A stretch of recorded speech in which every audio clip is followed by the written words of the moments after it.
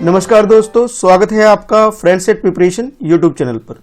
इस चैनल पर मैं लेके आता हूं रोजाना एजुकेशनल वीडियो। आज की इस वीडियो में हम लोग डिस्कस करेंगे करंट अफेयर जनरल स्टडी के ऐसे क्वेश्चन जो कि आपसे पूछे जा सकते हैं किसी भी कॉम्पिटिटिव एग्जामिनेशन में। अगर आप यूपीएससी प्रीलिम्स या फिर किसी भी स्टेट की पीसीएस एग्जाम की तैयारी कर रहे हैं तो ये वीडियो आपके लिए बहुत ज़्यादा बेनिफिशियल हो सकती है अगर आप इस वीडियो को पूरा देखते हैं और इस वीडियो को यूटिलाइज करते हैं प्रैक्टिस के रूप में और चेक करिए कि आप कितने क्वेश्चन के आंसर सही दे पा रहे हैं। चलिए फिर स्टार्ट करते हैं। पहली बार वीडियो को देख रहे हैं, चैनल सब्सक्राइब कर लीजिए और बेल आइकन प्रेस कर दीजिए ताकि आपको नोटिफिकेशन रिसीव हो सके। Consider the following statement about fast radio burst, यानी कि शॉर्ट में आप बोल सकते हो एफआरबी। इस क्वेश्चन में आपके पास दो स्टेटमेंट दे दिए गए हैं और ये स्टेटमेंट है आपके रिगार्डिंग फास्ट रेडियो बर्स्ट के बारे में और आपसे पूछा जा रहा है कि करेक्ट स्टेटमेंट आपको चूज करना है और उसी के अकॉर्डिंग ये आपके करेक्ट आंसर हो सकते हैं। ये ऑप्शन है आपके पास। According to first statement, in the Milky Way the fast radio burst was supported for the first time in 2007। 2007 में फर्स्ट टाइम इसको देखा गया, ऐसा बोला जा रहा है आपसे स्टेटमेंट 1 के अंदर। स्टेटमेंट 2 में आपसे बोला जा रहा है in the recently spotted FRB the radio component was detected by NASA's wind mission. NASA का जो विंड मिशन है, एक सैटेलाइट प्रोग्राम है, उसके थ्रू एफआरबी को स्पॉट किया गया है अभी रिसेंटली, ये ऐसा बोला जा रहा है।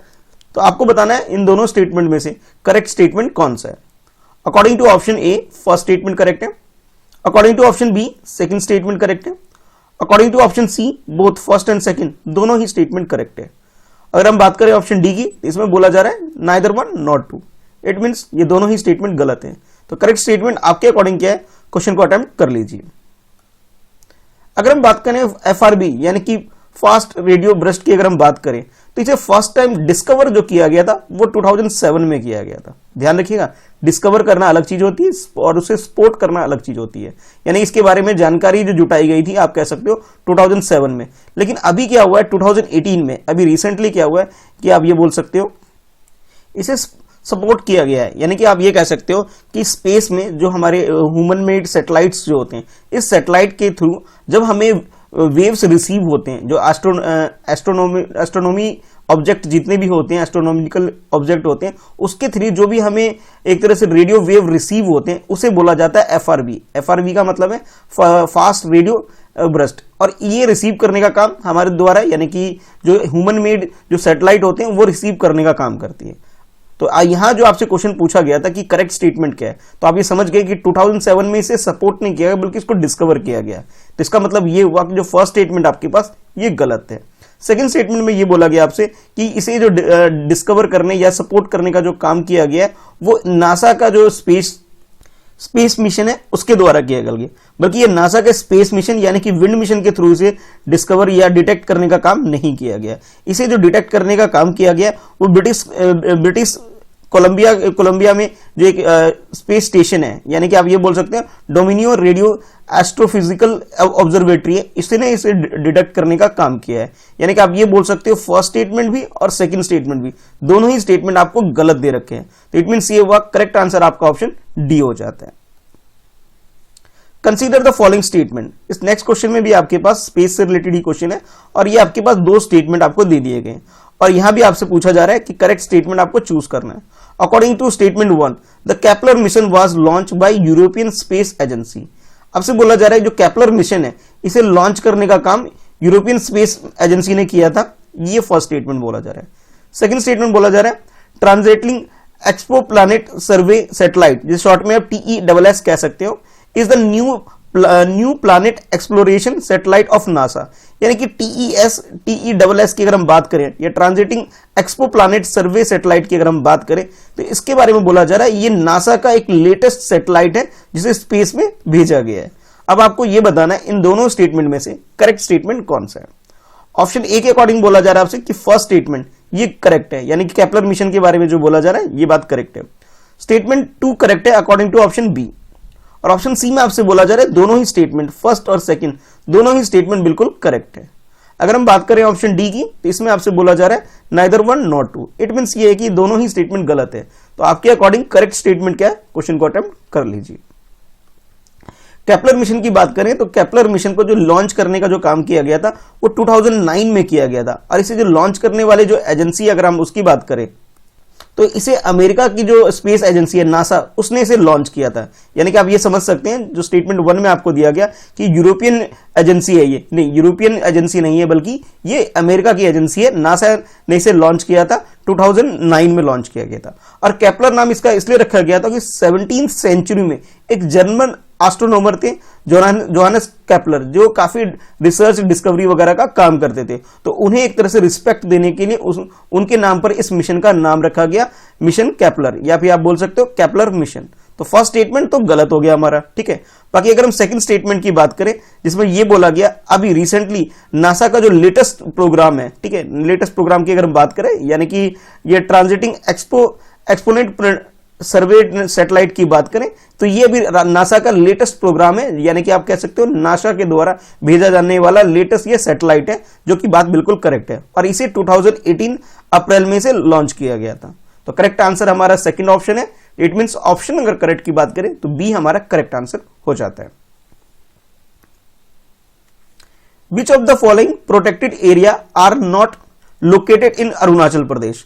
आपको इनमें से आइडेंटिफाई करना है कि कौन सा ऐसा प्रोटेक्टेड एरिया है जो कि अरुणाचल प्रदेश में नहीं है, नॉट लोकेटेड है।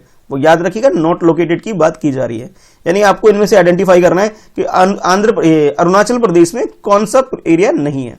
फर्स्ट आपके पास है ताल वाइल्ड लाइफ सेंचुरी, सेकेंड आपके पास है ओरांग नेशनल पार्क, थर्ड आपसे बोला जा रहा है कि मेलिंग नेशनल पार्क, ये मॉलिंग भी आप रीड कर सकते हो इसे, और फोर्थ आपके पास है सैसा ऑर्चिड सेंचुरी। ये चार ऐसे प्रोटेक्टेड एरिया है जिसके बारे में आपसे पूछा जा रहा है कि जिसकी लोकेशन अरुणाचल प्रदेश में नहीं है, वो आपका करेक्ट आंसर होने वाला है। अगर ऑप्शन ए की बात करें, इसमें आपसे बोला जा रहा है फर्स्ट एंड फोर्थ जो है यानी कि टाले वाइल्ड लाइफ सेंचुरी और फोर्थ जो आपकी सैसा ऑर्चिड सेंचुरी, ये अरुणाचल प्रदेश में नहीं है। ऑप्शन बी की बात करें, इसमें आपसे बोला जा रहा है सेकंड यानी कि ओरांग नेशनल पार्क और मेलिंग नेशनल पार्क जी, या फिर आप मॉलिंग नेशनल पार्क भी बोल सकते हो, ये आपसे बोला जा रहा है कि अरुणाचल प्रदेश में नहीं है। और ऑप्शन सी में आपसे बोला जा रहा है कि सेकंड यानी कि ओरांग नेशनल पार्क, ये अरुणाचल प्रदेश में नहीं है। और ऑप्शन डी में आपसे बोला जा रहा है कि फर्स्ट, सेकंड एंड फोर्थ यानी कि मॉलिंग नेशनल पार्क को छोड़ करके बाकी जो तीन बच गए आपके पास, ये अरुणाचल प्रदेश में इसकी लोकेशन नहीं है। तो नॉर्थ ईस्ट का मैप अगर अच्छे से आपने देखा हुआ है और साथ के साथ आप बाकी स्टेट वाइज आपको पता है कि कौन से स्टेट में कौन से प्रोटेक्टेड एरिया है, तो इस क्वेश्चन को आप बहुत इजीली अटेम्प्ट कर सकते हैं। चलिए क्वेश्चन को अटेम्प्ट करिए, बताइए आपके अकॉर्डिंग करेक्ट आंसर क्या है। तो इस क्वेश्चन के अगर करेक्ट आंसर की बात करें तो इसका सही आंसर सी है। सी का मतलब ये जो सेकंड है यानी कि आपसे ओरांग नेशनल पार्क जो बोला गया वो उसकी लोकेशन अरुणाचल प्रदेश में नहीं है, बल्कि उसकी लोकेशन इधर असम के अंदर है। तो असम में यहाँ पे जिस पर मैं ये पॉइंट ड्रॉ कर रहा हूं, इस लोकेशन पे सोनितपुर डिस्ट्रिक्ट है। सोनितपुर डिस्ट्रिक्ट और उदालगुरी डिस्ट्रिक्ट के बीच में यहाँ पर बिल्कुल एग्जैक्टली यही लोकेशन है। तेजपुर सिटी है यहाँ पर, ठीक है। अब ये कह सकते हो तेजपुर सिटी जो कि सोनितपुर डिस्ट्रिक्ट के अंदर आती है, ठीक है। तो सोनितपुर डिस्ट्रिक्ट और इसके साथ उदालगुरी डिस्ट्रिक्ट है, यहाँ पे ओरांग नेशनल पार्क है। तो आप ये बोल सकते हो जो ओरांग नेशनल पार्क की लोकेशन आसाम के अंदर है। बाकी अगर हम अरुणाचल प्रदेश की डिटेल में बात करें तो अरुणाचल प्रदेश में पाक्का टाइगर रिजर्व है, टालेट वाइल्ड लाइफ सेंचुरी है, दिबांग बायोस्फीयर रिजर्व है, और आप बोल सकते हो angle nest wild life sanctuary है, नामधप्पा टाइगर रिजर्व है, मॉलिंग नेशनल पार्क है और सैसा ऑर्चिड सेंचुरी है। यानी कि ये जो नाम आपको मैंने दिए हैं, ये सारी जो लिस्ट मैं आपको बता रहा हूं, इन सब की लोकेशन अरुणाचल प्रदेश में, यानी कि आप ये कह सकते हो ये सब के सब अरुणाचल प्रदेश के अंदर जो प्रोटेक्टेड एरिया है। अब बाकी जैसे आपको मैंने पहले ही बता चुका हूं कि ओरांग नेशनल पार्क की अगर हम बात करें तो इसकी लोकेशन असम के अंदर है। असम के अंदर उदालगुरी डिस्ट्रिक्ट और सोनितपुर डिस्ट्रिक्ट के बीच में इसका एरिया आता है, जो कि एग्जैक्टली अगर मैप में बात करें तो इस जगह आप इसे प्लॉट कर सकते हो, ठीक है। तो करेक्ट आंसर हमारा जो हो जाएगा ऑप्शन सी हो जाएगा। नेक्स्ट क्वेश्चन में आपसे पूछा जा रहा है कि कंसीडर द फॉलोइंग स्टेटमेंट, और इस क्वेश्चन में आपके पास ये फर्स्ट स्टेटमेंट है और उसके नीचे ये सेकंड स्टेटमेंट है। ये दो स्टेटमेंट आपके सामने है और इन स्टेटमेंट में आपसे पूछा जा रहा है कि करेक्ट स्टेटमेंट को आइडेंटिफाई करिए और उसके अकॉर्डिंग ही आपका ये आंसर होने वाला है। तो स्टेटमेंट 1 में आपसे बोला जा रहा है it was in the Kartarpur where the foundation of Sikhism was laid. Kartarpur एक प्लेस है जहां पे बोला जा रहा है सिखिज्म यानी कि जो सिख जो रिलीजन है हमारी कंट्री के अंदर, उसका जो फाउंडेशन रखा गया था यानी जिसे स्टार्ट किया गया था वो करतारपुर में किया गया था, इस प्लेस में किया गया था। ये फर्स्ट स्टेटमेंट है। सेकंड स्टेटमेंट बोला जा रहा है the Kartarpur corridor connect Dera Darbar Sahib Gurudwara in India with the Dera Baba Nanak shrine in Pakistan. यानी करतारपुर साहब के बारे में बोला जा रहा है कि करतारपुर एक ऐसे प्लेस, कॉरिडोर एक ऐसा प्लेस है जो कि दो प्लेस को, इंडिया के अंदर और पाकिस्तान के अंदर, दो प्लेस को कनेक्ट करने का काम करती है। ठीक है, ये आपसे बोला जा रहा है। और ये भी बोला जा रहा है कि पाकिस्तान के अंदर जो प्लेस है वो है डेरा बाबा नानक, ये पाकिस्तान के अंदर है। अगर हम दरबार साहिब की बात करें तो वो ये हमारी कंट्री इंडिया के अंदर है। ये सेकंड स्टेटमेंट में बोला जा रहा है। तो आपके अकॉर्डिंग करेक्ट आंसर क्या है? इट मींस करेक्ट स्टेटमेंट आपको कौन सा दे रखा है ये आपको बताना है। करतारपुर कॉरिडोर को ध्यान में रखते हुए आपको ये क्वेश्चन अटेम्प्ट करना है। ठीक है, तो ऑप्शन जो आपके पास है कुछ इस तरह से है। ऑप्शन ए के अकॉर्डिंग फर्स्ट स्टेटमेंट करेक्ट है, ऑप्शन बी के अकॉर्डिंग सेकंड स्टेटमेंट करेक्ट है, और ऑप्शन सी में आपसे बोला जा रहा है फर्स्ट और सेकंड दोनों ही स्टेटमेंट करेक्ट है। अगर हम बात करें ऑप्शन डी की, इसमें आपसे बोला जा रहा है neither one not two. It means ये दोनों ही स्टेटमेंट, फर्स्ट स्टेटमेंट भी और सेकंड स्टेटमेंट भी, दोनों ही स्टेटमेंट गलत है। तो करेक्ट स्टेटमेंट आपके अकॉर्डिंग क्या है? क्वेश्चन को अटेम्प्ट कर लीजिए। अगर हम डिटेल में बात करें, करतारपुर कॉरिडोर की बात करें, तो ये इंडिया और पाकिस्तान के बीच में एक कॉरिडोर बनाया गया है। लास्ट ईयर यानी कि 2019 में गुरु नानक साहब जी की 550 बर्थ एनिवर्सरी थी। तो उसको सेलिब्रेट करने के लिए इंडिया और पाकिस्तान ने मिलकर के इस कॉरिडोर को डेवलप किया गया था, जो कि इंडिया के अंदर अगर हम बात करें, हमारी कंट्री के अंदर, तो डेरा बाबा नानक जो लोकेशन है, इस लोकेशन को, और पाकिस्तान के अंदर अगर हम बात करें तो पाकिस्तान के अंदर दरबार साहिब गुरुद्वारा, इन दोनों को कनेक्ट करने का काम कर रही है। अगर हम इसकी लोकेशन की बात करें तो हमारी कंट्री के मैप में तो पंजाब जो है हमारी कंट्री में, पंजाब के साथ जो ये पाकिस्तान का जो बॉर्डर शेयर होता है, यानी कि रावी रिवर जो इधर से पास होती है, इसके आसपास का जो एरिया आपको दिख रहा है, इस एरिया में ये करतारपुर साहब को स्टैब्लिश किया गया, कॉरिडोर बनाया गया, इंडिया और पाकिस्तान दोनों ने मिलकर के बनाया। ऐसा माना जाता है कि 1520 या फिर 1522 के आसपास गुरु नानक देव साहब इस एरिया में, इस प्लेस पर रहे थे, और इस बीच उन्होंने 18 ईयर वहां पे स्पेंड किया था।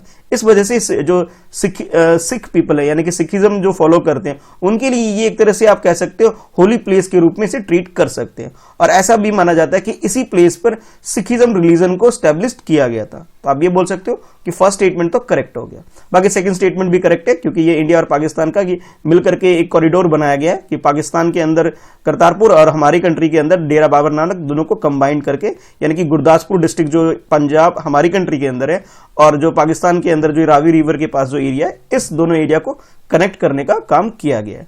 तो आप ये बोल सकते हो करेक्ट आंसर जो हो जाएगा हमारा, ये हो जाएगा, वो आपका ऑप्शन ए करेक्ट हो जाएगा। यानी कि आप ये बोल सकते हो कि दरबार साहिब गुरुद्वारा जो कि पाकिस्तान के अंदर है, और अगर हम इंडिया की बात करें तो हमारी कंट्री में जो एरिया है गुरदासपुर डिस्ट्रिक्ट के अंदर जो प्लेस है डेरा बाबा नानक, ये इस दोनों लोकेशन को कनेक्ट करने का काम कर रहे हैं। तो फर्स्ट स्टेटमेंट ही करेक्ट है, सेकंड स्टेटमेंट आपको उल्टा दे दिया गया था। तो आप ये बोल सकते हो करेक्ट आंसर आपका ऑप्शन ए, यानी कि आप कह सकते हो फर्स्ट स्टेटमेंट करेक्ट होने की वजह से हमारा करेक्ट आंसर ऑप्शन ए हो जाता है।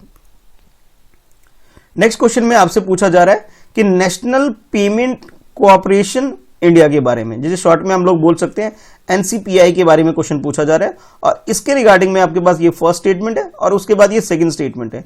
ये दो स्टेटमेंट आपके सामने है। दोनों स्टेटमेंट को ध्यान में रखते हुए आपको बताना है कि करेक्ट स्टेटमेंट क्या है। तो क्वेश्चन को एक बार समझ लेते हैं पढ़ के। With reference to National Payment Corporation of India, consider the following statement. In the first statement, it manages all the retail payment system in India. यानी कि एनपीसीआई का जो मेन काम है, ऑब्जेक्टिव है, जो काम है, हमारी कंट्री के अंदर जितने भी रिटेल पेमेंट होता है उसको मैनेज करने का एक सिस्टम है। सेकंड स्टेटमेंट के अकॉर्डिंग बोला जा रहा है कि इंडियन बैंक एसोसिएशन, जिसे आप शॉर्ट में आईबीआई बोल सकते हो, Indian Bank Association, provide the guidance and support to NCPI, यानी कि जो इंडियन बैंक एसोसिएशन जो है वो इसको रन करने में, इसे चलाने के लिए इसे गाइडेंस और सपोर्ट प्रोवाइड करने का काम करती है। तो ये दो स्टेटमेंट आपके सामने है, आपको बताना है एनसीपीआई के रिगार्डिंग में कौन सा स्टेटमेंट करेक्ट है। तो ऑप्शन ए में आपसे बोला जा रहा है फर्स्ट स्टेटमेंट करेक्ट है, ऑप्शन बी में आपसे बोला जा रहा है सेकंड स्टेटमेंट करेक्ट है, और ऑप्शन सी में आपसे बोला जा रहा है बोथ फर्स्ट और सेकंड दोनों ही स्टेटमेंट बिल्कुल करेक्ट है। ठीक है, और ऑप्शन डी के अकॉर्डिंग आपसे बोला जा रहा है neither one not two, it means दोनों ही स्टेटमेंट गलत है। तो करेक्ट स्टेटमेंट आपके अकॉर्डिंग क्या है? चलिए आंसर को, ऑप्शन को चूज कर लीजिए। तो इस क्वेश्चन का दोनों ही स्टेटमेंट, फर्स्ट स्टेटमेंट भी और सेकंड स्टेटमेंट भी, दोनों ही करेक्ट है। फर्स्ट स्टेटमेंट में बोला गया आपको कि एनसीपीआई यानी कि national payment corporation of India की बात करें हम अपनी कंट्री में, तो जितने भी रिटेल सेक्टर के अंदर जितनी पेमेंट का जो काम होता है, यानी कि जो रिटेल पेमेंट सिस्टम के रूप में ये हमारी कंट्री में काम करती है। करेक्ट बात है।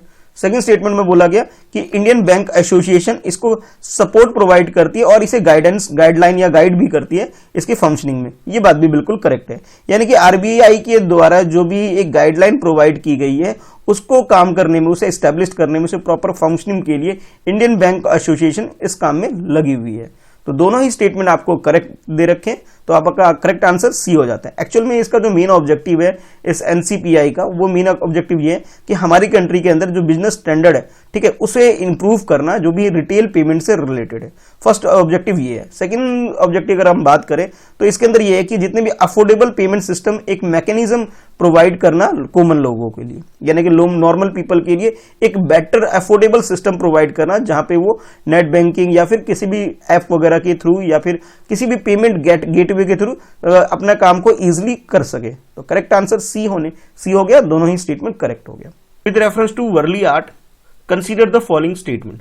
वर्ली आर्ट के बारे में आपसे पूछा जा रहा है क्वेश्चन, और इसके रिगार्डिंग में आपके पास ये फर्स्ट स्टेटमेंट है और इसके नीचे ये सेकंड स्टेटमेंट है। इट मीन्स इस क्वेश्चन के अंदर आपके पास दो स्टेटमेंट दे दिए गए और आपसे पूछा जा रहा है कि करेक्ट स्टेटमेंट क्या है, ये आपको बताना है। In statement 1 its origin can be trace back to the palaeolithic age, यानी कि इसका जो अब ट्रेस कर सकते हैं हम इसके ओरिजिन का, किसकी जो ओरिजिन हुआ था वो पाषाण युग, यानी कि जो पत्थरों का युग शुरू हुआ था उस टाइम ये पेंटिंग या ये आर्ट स्टार्ट हुई थी। ये आपसे फर्स्ट स्टेटमेंट में बोला जा रहा है। और सेकंड स्टेटमेंट में आपसे बोला जा रहा है its painting are mainly dominated by the basic geometric shape, यानी कि मैथ्स के अंदर जो ज्योमेट्रिक शेप होती है हमारे पास, रेक्टेंगल, ट्राइंगल, सर्कल, इस तरह की जो शेप होती है उन शेप का यूज करके इस तरह की पेंटिंग या फिर आर्ट तैयार की जाती है। तो ये दो स्टेटमेंट आपको दे दिए गए, आपने बताना है करेक्ट स्टेटमेंट क्या है। ऑप्शन ए के अकॉर्डिंग फर्स्ट स्टेटमेंट करेक्ट है, ऑप्शन बी के अकॉर्डिंग सेकंड स्टेटमेंट करेक्ट है, ऑप्शन सी में आपसे बोला जा रहा है कि बोथ फर्स्ट एंड सेकंड दोनों ही स्टेटमेंट बिल्कुल करेक्ट है, और according to option D neither one not two. It means ये दोनों ही स्टेटमेंट गलत है। तो आपके अकॉर्डिंग करेक्ट आंसर क्या है, क्वेश्चन को अटेम्प्ट कर लीजिए। अगर हम वार्ली या फिर वर्ली आर्ट की बात करें तो इसके रिगार्डिंग में ये बोला गया आपसे फर्स्ट स्टेटमेंट में कि ये पैलियोलिथिक एज के टाइम पर है, ये स्टार्ट हुई थी। जबकि अगर हम इसकी इनिशिएट यानी कि इसके रूट बताए कि यहाँ कहाँ से ये स्टार्ट हुआ है, तो आप ये समझ सकते हैं कि महाराष्ट्र, ऐसा माना जाता है जो महाराष्ट्र में जो वारली पेंटिंग है वहां से इसे स्टार्ट किया गया था, यानी कि इसके रूट के बारे में, और माना जाता है कि ये 10th सेंचुरी एडी के आसपास इसे स्टार्ट किया गया था। आज के टाइम पे आप जानते ही हो कि बिहार के अंदर मधुबनी जो पेंटिंग है वो इस आर्ट फॉर्म को यूज किया जाता है, जिसमें आप देख सकते हैं कि मैथ्स के अंदर जो हमारे पास शेप होती है, रेक्टेंगल, ट्राइंगल और सर्कल, यानी कि ट्राइंगल, स्क्वायर, सर्कल, रेक्टेंगल, इन सब डायग्राम को इसमें यूज करके इस तरह की पेंटिंग बनाई जाती है। ठीक है, तो आप ये बोल सकते हो कि इसका अगर फर्स्ट स्टेटमेंट जो आपसे बोला गया कि पाषाण युग के आसपास का टाइम है, पैलियोलिथिक एज के आसपास का टाइम है, नहीं, ये 10th एडी के आसपास के टाइम इसका ओरिजिनेट हुआ था, और ये माना जाता है महाराष्ट्र में ये ओरिजिनेट हुआ था। तो फर्स्ट स्टेटमेंट हमारा गलत हो गया। सेकंड स्टेटमेंट बिल्कुल करेक्ट है, जिसमें आपसे बोला गया कि इसमें मैथ्स की जो ज्योमेट्रिकल शेप होती है उसका इस्तेमाल किया जाता है, जिसमें सर्कल, स्क्वायर, ट्राइंगल, रेक्टेंगल, इस तरह की चीजें इसको इस्तेमाल करके पेंटिंग बनाई जाती है। मेन इनकी मीनिंग ये होती है, जो सर्कल होता है, सर्कल का जो यूज किया जाता है वो सन और मून जैसी चीजों के लिए इस्तेमाल किया जाता है। अगर हम ट्राइंगल की बात करें तो माउंटेन वगैरह को रिप्रेजेंट करने के लिए यूज किया जाता है। स्क्वायर वगैरह और भी चीजों का इस्तेमाल करके इस पेंटिंग को तैयार की जाती है। और ये जो पेंटिंग मैं आपको दिखा रहा हूँ ये मेरी सिस्टर ने ही बनाया था। ठीक है, तो इसका लिंक मैंने डिस्क्रिप्शन में भी दे रखा है, अगर आप देखना चाहे पेंटिंग कैसी होती है तो वो भी आप देख सकते हैं। तो करेक्ट आंसर हमारा क्या है, ऑप्शन बी हो जाता है। सेकंड स्टेटमेंट हमारा बिल्कुल करेक्ट है। नेक्स्ट क्वेश्चन में आपसे पूछा जा रहा है विद रेफरेंस टू नालसा, यानी कि नेशनल लीगल सर्विस अथॉरिटी, यानी कि नालसा के बारे में आपसे क्वेश्चन पूछा जा रहा है। कंसीडर द फॉलोइंग स्टेटमेंट, और नालसा के रिगार्डिंग में ये फर्स्ट स्टेटमेंट है और इसके नीचे ये सेकंड स्टेटमेंट है। फर्स्ट स्टेटमेंट में आपसे बोला जा रहा है the chief justice of India is the patron in the chief of NALSA, यानी कि नालसा की अगर चीफ की बात करें या हेड की बात करें, उसे माना जाता है कि हमारी कंट्री में चीफ जस्टिस ऑफ इंडिया जो होता है ये इसका हेड, यानी कि आप बोल सकते हो मुख्य न्यायाधीश होता है। ठीक है, जो हमारी कंट्री में वो इसका हेड, यानी कि कह सकते हो संरक्षक कह सकते हो, ये होता है नालसा का।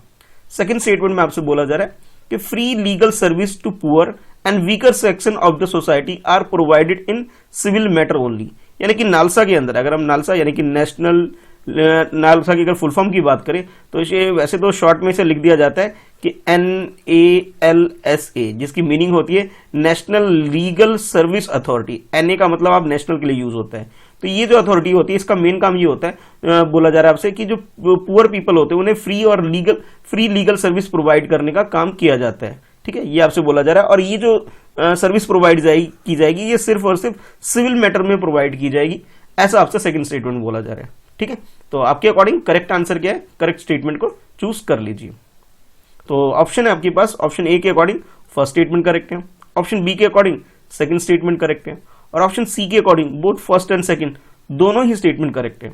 अगर हम ऑप्शन डी की बात करें, इसमें आपसे बोला जा रहा है neither one nor two, it means ये दोनों ही स्टेटमेंट गलत है। तो करेक्ट स्टेटमेंट आपके अकॉर्डिंग क्या है, क्वेश्चन को अटेम्प्ट कर लीजिए। नालसा यानी कि national legal service authority of India आप कह सकते हैं, जो हमारी कंट्री की एक लीगल सर्विस प्रोवाइड करने वाली जो एक अथॉरिटी हमारी कंट्री में है। अभी क्या है कि 9 नवंबर को, ठीक है, 9 नवंबर को हमारी कंट्री में नेशनल नालसा डे सेलिब्रेट किया जाता है, या फिर आप कह सकते हो national legal service day celebrate किया जाता है। इस वजह से ये क्वेश्चन अभी करंट इशू बन गया आपके लिए और आपको इसके बारे में पता होना चाहिए।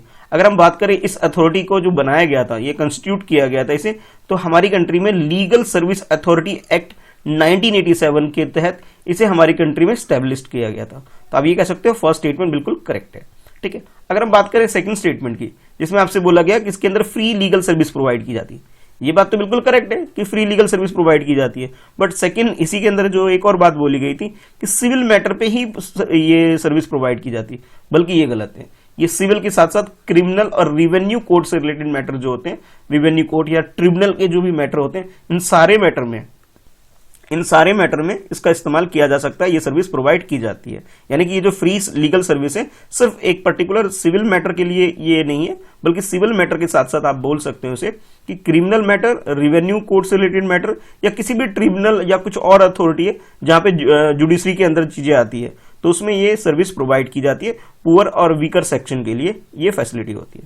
तो करेक्ट आंसर हमारा ऑप्शन ए हो जाता है, यानी कि फर्स्ट स्टेटमेंट ही करेक्ट है। With reference to ecological sensitive area, जिसे शॉर्ट में आप ESA बोल सकते हैं, consider the following statement. ESA यानी कि इकोलॉजिकल सेंसिटिव एरिया को ध्यान में रखते हुए आपके पास ये फर्स्ट स्टेटमेंट है और ये सेकंड स्टेटमेंट है। इन दोनों स्टेटमेंट के अकॉर्डिंग आपको बताना है कि करेक्ट स्टेटमेंट क्या है।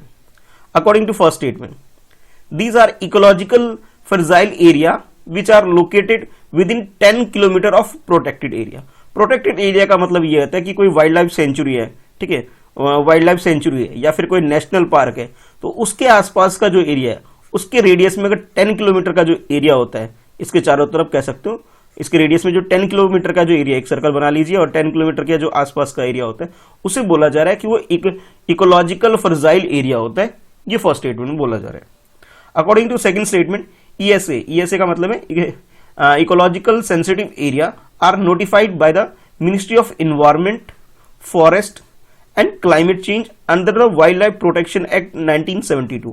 हमारी कंट्री में एक एक्ट आया था, वाइल्ड लाइफ प्रोटेक्शन एक्ट 1972। इससे हमारी कंट्री में जो भी स्पीसीज वगैरह होते हैं या फिर नेचर होता है, नेचर को और स्पीसीज वगैरह जानवरों को, इन्वायरमेंट को एक तरह से आप कह सकते हो प्रोटेक्शन करने के लिए हमारी कंट्री में एक एक्ट लाया गया था 1972 में, वाइल्ड लाइफ प्रोटेक्शन एक्ट। इस एक्ट के तहत जो मिनिस्ट्री ऑफ इन्वायरमेंट है हमारी कंट्री में, इन्वायरमेंट, फॉरेस्ट और क्लाइमेट चेंज, ये मिनिस्ट्री क्या करती है, हमारी कंट्री में इस एरिया को डिफाइन करती है कि भी ESA का एरिया यानी कि इकोलॉजिकल सेंसिटिव एरिया कहां से कहां तक होगा, इसके बारे में जो मॉनिटर करने का काम ये मिनिस्ट्री करती है। तो आपके पास ये दो स्टेटमेंट है। अब आपको बताना है कि करेक्ट आंसर क्या है। ऑप्शन ए के अकॉर्डिंग फर्स्ट स्टेटमेंट करेक्ट है, ऑप्शन बी के अकॉर्डिंग सेकंड स्टेटमेंट करेक्ट है, ऑप्शन सी में आपसे बोला जा रहा है बोथ फर्स्ट एंड सेकंड दोनों ही स्टेटमेंट करेक्ट है। अगर हम बात करें ऑप्शन डी, इसमें आपसे बोला जा रहा है neither one not two, it means ये दोनों ही आंसर जो स्टेटमेंट है आपको गलत दे रखे हैं। तो आपके अकॉर्डिंग करेक्ट आंसर क्या है, चलिए क्वेश्चन को अटेम्प्ट कर लीजिए। तो जैसे आप हमारी कंट्री का मैप देखेंगे तो हमारी कंट्री के मैप में ये जो एरिया आता है, यानी कि ये वेस्ट बंगाल, उड़ीसा, आंध्र प्रदेश और तेलंगाना भी इधर ही आता है, ठीक है, और इधर तमिलनाडु, और फिर अगर हम वेस्ट की तरफ जाए यानी कि वेस्टर्न घाट वाला एरिया, केरला, कर्नाटका, गोवा, महाराष्ट्र और ये गुजरात, ये जो एरिया है इस एरिया में काफी ज्यादा प्रोटेक्टेड एरिया है, यानी कि वाइल्ड लाइफ सेंचुरी कह सकते हो आप, नेशनल पार्क कह सकते हो, इस टाइप का एरिया। इसके अलावा बाकी स्टेट के अंदर भी ये एरिया होता है, ऐसा नहीं कि इस पर्टिकुलर कोस्टल एरिया में ही होता है, बाकी जगह भी जहां भी नेशनल पार्क है या वाइल्ड लाइफ सेंचुरी है, ठीक है, वाइल्ड लाइफ सेंचुरी जहां पर है उस पर्टिकुलर एरिया में उसके रेडियस में 10 किलोमीटर वाला जो एरिया है, ठीक है, जिसके बारे में आपसे बोला जा रहा था कि भी उसके आसपास का जो एरिया होता है, ठीक है, 10 किलोमीटर, उसे वाइल्ड क्या नाम है, ESA यानी कि इकोलॉजिकल सेंसिटिव एरिया बोला जाता है। तो ये जो फर्स्ट स्टेटमेंट में आपसे बोला जा रहा था ये बात बिल्कुल करेक्ट है, यानी कि आप ये बोल सकते हो जो फर्स्ट स्टेटमेंट आपको दे रखा था ये बात बिल्कुल करेक्ट है, यानी कि आप ये कह सकते हो जो भी सेंसिटिव एरिया हमारी कंट्री में नेचर इन्वायरमेंट को ध्यान में रखते हुए उसके वाइल्ड लाइफ सेंचुरी या कोस्टल घाट जो अभी आप देख रहे हो, कोस्टल एरिया जो देख रहे हो, चाहे ईस्टर्न घाट की बात करें या फिर वेस्टर्न घाट की बात करें, इसके आसपास का जो एरिया है उसके रेडियस में 10 किलोमीटर तक का एरिया को सेंसिटिव जोन के अंदर माना जाता है, यानी कि आप इसे बोल सकते हो इकोलॉजिकल सेंसिटिव एरिया है ये, ठीक है। और ये का डिस्टेंस कितना, अराउंड 10 किलोमीटर तक के प्रोटेक्टेड एरिया को आप बोल सकते हो, जिसके अंदर कोई भी प्रोटेक्टेड एरिया हो सकता है, नेशनल पार्क हो सकता है या फिर वाइल्ड लाइफ सेंचुरी भी हो सकती है, ठीक है। तो आप ये बोल सकते हो फर्स्ट स्टेटमेंट हमारा बिल्कुल करेक्ट हो गया।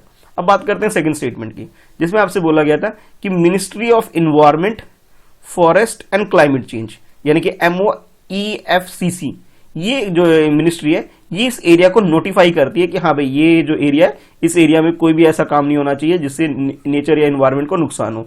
इस चीज का ध्यान रखना, मॉनिटर करने का काम ये जो मिनिस्ट्री है वो करती है। ये बात तो ठीक है, ये तो करेक्ट है, बट जो आपसे ईयर बोला गया था कि जिस एक्ट के तहत इसमें काम किया जाता है, वाइल्ड लाइफ प्रोटेक्शन एक्ट जो बोला गया था कि वाइल्ड लाइफ प्रोटेक्शन एक्ट, ये वाइल्ड लाइफ प्रोटेक्शन एक्ट के तहत नहीं बल्कि एनवायरमेंट प्रोटेक्शन एक्ट 1986, ठीक है। आप ये बोल सकते हो कि एनवायरमेंट प्रोटेक्शन एक्ट 1986 इसको पावर देता है कि भी इस तरह के एरिया को प्रोटेक्ट करने का, इस तरह के एरिया को बचाने का, सेव करने का, एनवायरमेंट का ख्याल रखने का। तो एक्ट में गड़बड़ थी, ठीक है। तो सेकंड स्टेटमेंट छोटी सी मिस्टेक थी जिसकी वजह से आपका ये जो सेकंड स्टेटमेंट है वो गलत हो गया, ठीक है। तो वो एक्ट कौन सा है, एनवायरमेंट प्रोटेक्शन एक्ट 1986। तो आप ये बोल सकते हो सेकंड स्टेटमेंट गलत होने की वजह से आपका जो करेक्ट आंसर हो जाएगा वो हो जाएगा ऑप्शन ए, यानी कि फर्स्ट स्टेटमेंट करेक्ट होने की वजह से ए हमारा आंसर हो गया। अब आपको ये पता होना चाहिए क्वेश्चन आपसे पूछा क्यों जा रहा है। अभी रिसेंटली केरला, जो कि हमारी कंट्री में साउथ में बिल्कुल नीचे वेस्ट साउथ में जो एरिया है, या आप ग्रीन कलर में देख रहे हो केरला, इस स्टेट के अंदर अब जो फार्मर वगैरह है इनके एक एनजीओ ने अभी रिसेंटली सुप्रीम कोर्ट ये लोग पहुंच गए हैं कि इस चीज को कि भी जो वेस्टर्न घाट है, ठीक है, जो वेस्टर्न घाट है उसको ध्यान में रखते हुए उसके प्रोटेक्शन के लिए, यानी कि वेस्टर्न घाट को जो कि इकोलॉजिकल सेंसिटिव एरिया है उसको प्रोटेक्ट करने के लिए, उसको ध्यान में रखते हुए इसके रिगार्डिंग में वो सुप्रीम कोर्ट पहुंच गए थे। आप लोग जानते ही हैं कि भी इस जो ये वेस्टर्न घाट और ईस्टर्न घाट के प्रोटेक्शन के लिए हमारी कंट्री में 2 रिपोर्ट आई थी, या फिर आप कह सकते हो कि भी ये 2 रिपोर्ट जो हमारी रिकमेंडेशन आई थी हमारी कंट्री में कि इनका ख्याल कैसे रख सकते हैं। तो एक तो थी माधव गडगिल रिपोर्ट और दूसरा कस्तूरी रंजन रिपोर्ट। तो ये जो रिपोर्ट थी, इस रिपोर्ट के हिसाब से वेस्टर्न घाट के लिए जो काम किया जाना चाहिए, जिसकी प्रोटेक्शन के लिए जो काम होना चाहिए वो काम नहीं हो रहा है, रूल का वायलेशन हो रहा है।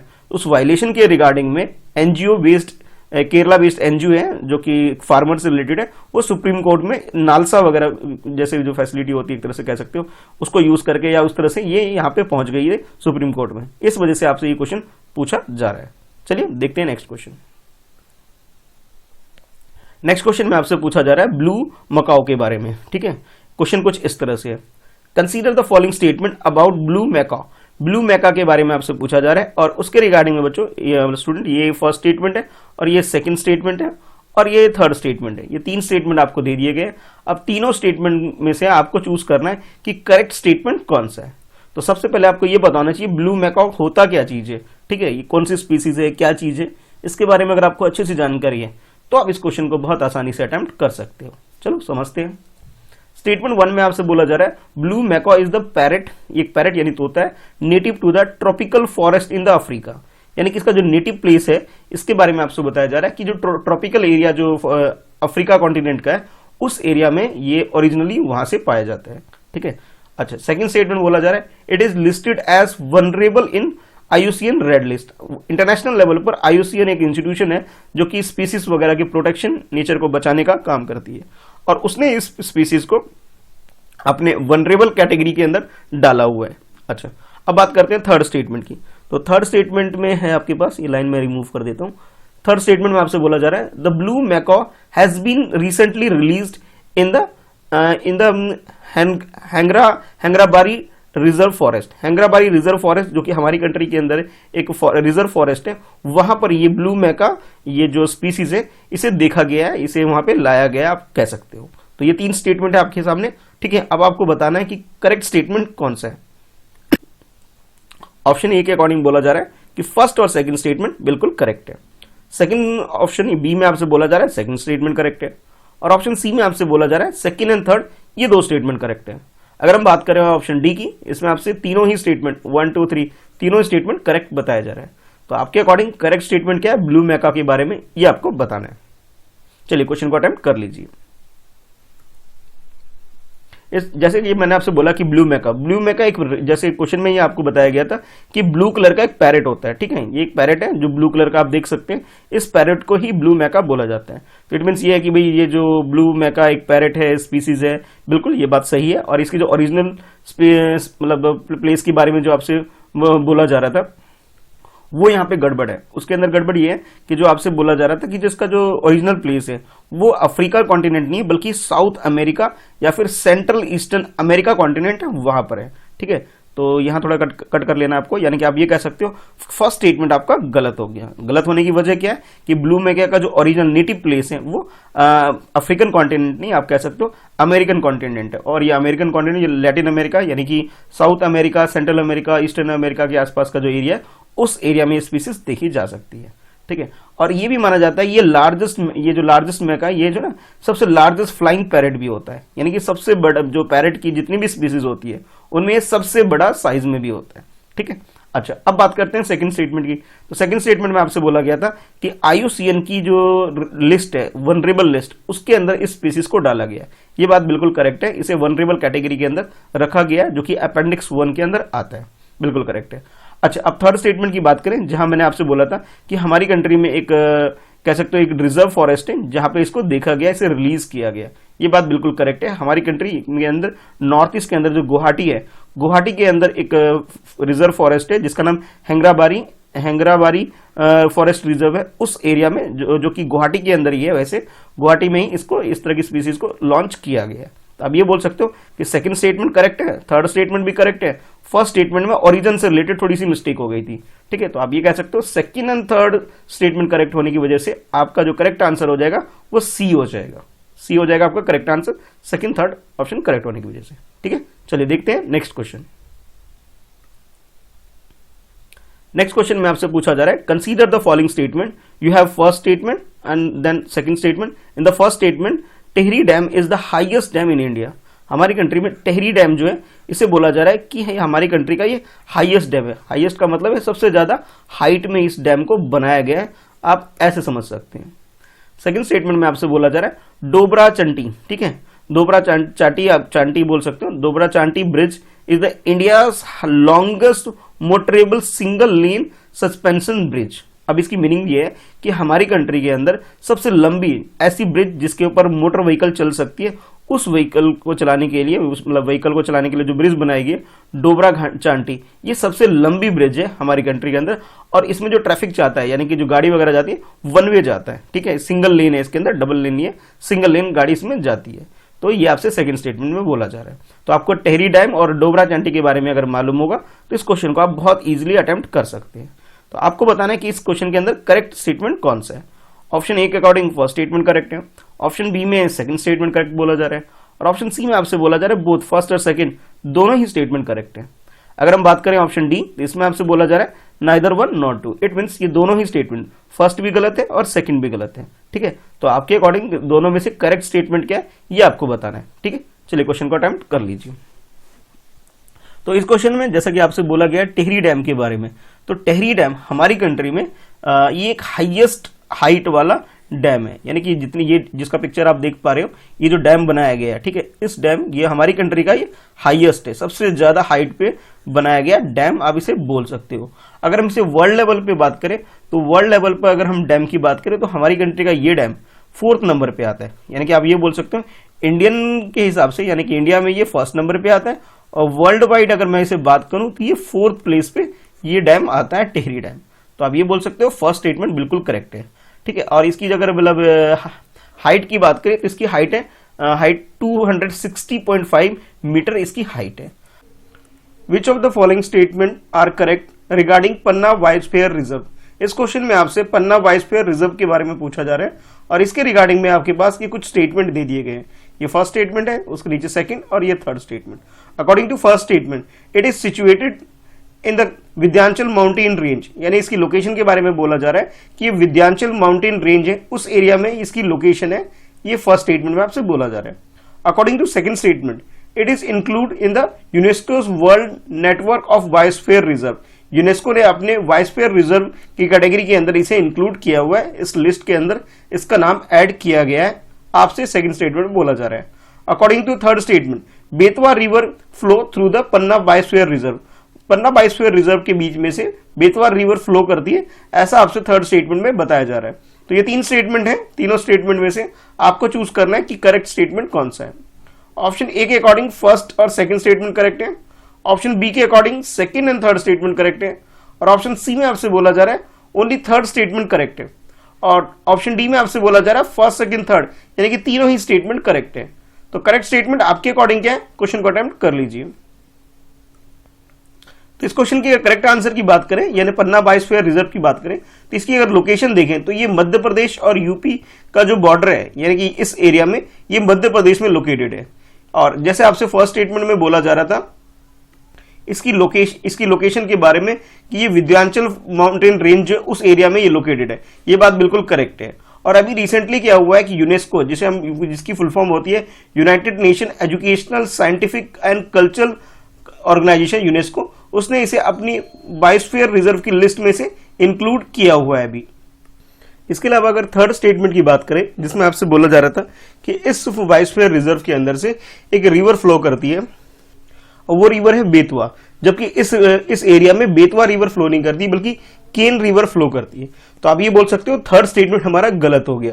थर्ड स्टेटमेंट में आपको ध्यान ये रखना था कि ये केन रिवर इसके आसपास फ्लो करती है। बाकी ये बात सही थी कि ये विंध्याचल माउंटेन रेंज है, उसके आसपास का जो एरिया है उस एरिया में ये पन्ना बायोस्फीयर रिजर्व है। ठीक है, बाकी कुछ और बेसिक चीजें जो आपको पता होना चाहिए, ये मध्य प्रदेश के अंदर एक डिस्ट्रिक्ट है छतरपुर डिस्ट्रिक्ट, उस डिस्ट्रिक्ट में ये एरिया आता है जिसमें 540 स्क्वायर किलोमीटर एरिया इसके अंदर आता है। अगर हम बात करें इसे स्टैब्लिश कब किया गया था, तो इसे 1981 में से स्टैब्लिश किया गया था हमारी कंट्री के अंदर पन्ना बायोस्फीयर रिजर्व को। With reference to education in India consider following statement. हमारी कंट्री में एजुकेशन से रिलेटेड कुछ पॉइंट्स आपको गिवन है, आपको बताना है कि करेक्ट स्टेटमेंट कौन सा है। तो according to first statement, the 42nd amendment to the constitution in 1976 moved education from the concurrent list to state list. यानी ये बोला जा रहा है जो एजुकेशन जो टॉपिक होता है, जिसे इस पॉइंट को इंक्लूड किया गया कॉन्करेंट लिस्ट में, ऐसा मतलब आपसे बोला जा रहा है कि 1976 में हमारी कंट्री में 42nd अमेंडमेंट हुआ था, और इस अमेंडमेंट को ध्यान में रखते हुए आपको बोला जा रहा है कि पहले कॉन्करेंट लिस्ट में ये हुआ करता था टॉपिक एजुकेशन, और उसे अब स्टेट लिस्ट के अंदर डाल दिया गया। ये फर्स्ट स्टेटमेंट बोला जा रहा है। और अगर हम सेकंड स्टेटमेंट की बात करें, इसमें आपसे बोला जा रहा है कि 86 अमेंडमेंट ऑफ कॉन्स्टिट्यूशन इन 2002। अब 2002 के अंदर हमारी कंट्री में 86 कॉन्स्टिट्यूशन अमेंडमेंट हुआ, और इस अमेंडमेंट में यह किया गया कि हमारी कंट्री के अंदर आर्टिकल 21A, यानी कि आर्टिकल 21 में अमेंडमेंट करके जो राइट टू एजुकेशन हमारी कंट्री में लाया गया था, और ये बोला जा रहा है कि ये सबके लिए मैंडेटरी हो गया, इसको एक तरह से राइट बना दिया गया हमारी कंट्री के अंदर। तो ये दो स्टेटमेंट है आपके सामने, आपको बताना है करेक्ट स्टेटमेंट क्या है। ऑप्शन ए के अकॉर्डिंग फर्स्ट स्टेटमेंट करेक्ट है, ऑप्शन बी के अकॉर्डिंग सेकंड स्टेटमेंट करेक्ट है, ऑप्शन सी में आपसे बोला जा रहा है बोथ फर्स्ट एंड सेकंड दोनों ही स्टेटमेंट करेक्ट है। अगर हम बात करें आंसर डी यानी कि ऑप्शन डी की, इसमें बोला जा रहा है कि भाई ये जो आंसर आपका होना चाहिए वो फर्स्ट और सेकंड दोनों ही स्टेटमेंट गलत है। तो करेक्ट स्टेटमेंट आपके अकॉर्डिंग क्या है, क्वेश्चन को अटेम्प्ट कर लीजिए। अगर हम बात करें कॉन्स्टिट्यूशन को, हमारी कंट्री में कॉन्स्टिट्यूशन प्रोविजन के हिसाब से एजुकेशन की अगर बात करते हैं, तो एजुकेशन को हमारी कंट्री के अंदर जैसे आपसे बोला गया कि फर्स्ट स्टेटमेंट के अंदर की 42 अमेंडमेंट जो हुआ था हमारे कॉन्स्टिट्यूशन के अंदर, उसमें कॉन्करेंट लिस्ट से स्टेट लिस्ट में डाला गया। नहीं, ये बात गलत है, बल्कि 42nd जब अमेंडमेंट हुआ था तब इसे स्टेट के अंदर ये आता था, यानी स्टेट लिस्ट के अंदर ये आता था, और स्टेट लिस्ट से उठाकर एजुकेशन को इसको डाल दिया गया कॉन्करेंट लिस्ट में। यानी कि अब एजुकेशन से रिलेटेड जो लॉ स्टेट के साथ साथ अब सेंट्रल गवर्नमेंट भी लॉ बना सकती है, और ऐसा 1976 में किया गया था। एक्चुअल में ये जो आता है हमारी कंट्री में कॉन्स्टिट्यूशन के अंदर पार्ट 4 होता है, डीपीएसपी यानी कि directive principle of state policy के अंदर ये पॉइंट आता है आर्टिकल 45 के अंदर, आर्टिकल 45 और आर्टिकल 39F के अंदर ये एजुकेशन आता है। अच्छा, अगर हम बात करें कि भी 2002 में जो 86 कॉन्स्टिट्यूशन अमेंडमेंट हुआ था, तो उसके बाद हमारी कंट्री में राइट टू एजुकेशन ला दिया गया है, और ये अमेंडमेंट करके 21 ए के अंदर ये चीज डाली गई है। तो करेक्ट आंसर जो हमारा हो जाएगा ऑप्शन बी हो जाएगा। ओनली सेकंड स्टेटमेंट हमारा करेक्ट है। With reference to Shanghai cooperation organization SCO consider the following statement. इस क्वेश्चन में आपको संघाई कोऑपरेशन ऑर्गेनाइजेशन को ध्यान में रखते हुए चेक करना है कि भी कौन कौन सा स्टेटमेंट आपको करेक्ट दे रखा है।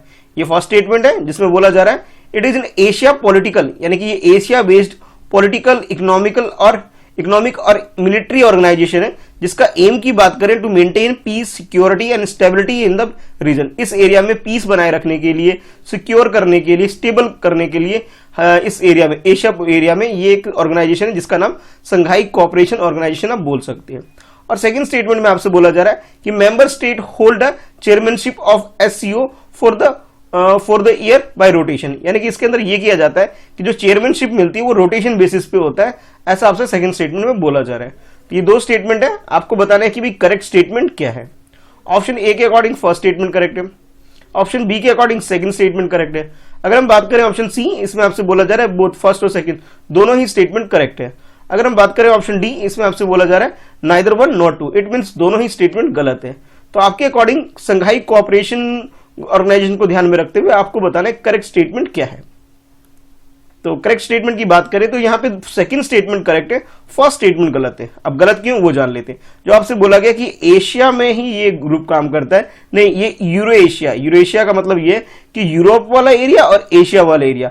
आप लोग जानते हैं कि जो रशिया है, रशिया दोनों कॉन्टिनेंट की आती है, यूरोप के अंदर भी आती है, एशिया के अंदर भी आती है। तो आप ये समझ सकते हैं कि रशिया जब इसके अंदर इंक्लूड हो गया तो फिर ये एशिया बेस्ड रह नहीं सकता, ये यूरोप भी इसके अंदर इंक्लूड हो गया है। तो आप ये बोल सकते हो रशिया, चाइना, इंडिया, ये बड़ी बड़ी जो कंट्री आप दिख रही है, इसके अलावा पाकिस्तान और इंडिया की हम बात करें, दोनों ही कंट्री 2017 में दोनों ही कंट्री को इसके अंदर परमानेंट मेंबरशिप मिल गई थी, यानी दोनों ही इसके मेंबर बन गए थे। तो फर्स्ट स्टेटमेंट तो हमारा गलत है, बाकी सेकंड स्टेटमेंट बिल्कुल करेक्ट है। यानी कि आप ये कह सकते हो इस रीजन के अंदर एंटी टेररिस्ट अटैक या पीसफुल एक्टिविटी को बनाए रखने के लिए और पॉलिटिकल स्टेबिलिटी को बनाए रखने के लिए बहुत सारे टारगेट को रखते हुए इस ऑर्गेनाइजेशन का, जिसका नाम संघाई कोऑपरेशन ऑर्गेनाइजेशन नाम रखा गया, इसे स्टैब्लिश किया गया है। और इंडिया भी इसका पार्ट है, इंडिया के साथ साथ पाकिस्तान भी इसका पार्ट है, बाकी और भी कंट्री जो आप इस मैप में देख सकते हैं। ठीक है, तो आप ये बोल सकते हो फर्स्ट स्टेटमेंट गलत है, सेकंड स्टेटमेंट बिल्कुल करेक्ट है। अगर हम इसके सेक्रेटरीट की बात करें तो इसका सेक्रेटरीट बीजिंग के अंदर है, बीजिंग यानी कि चाइना के अंदर इसका सेक्रेटरीट है।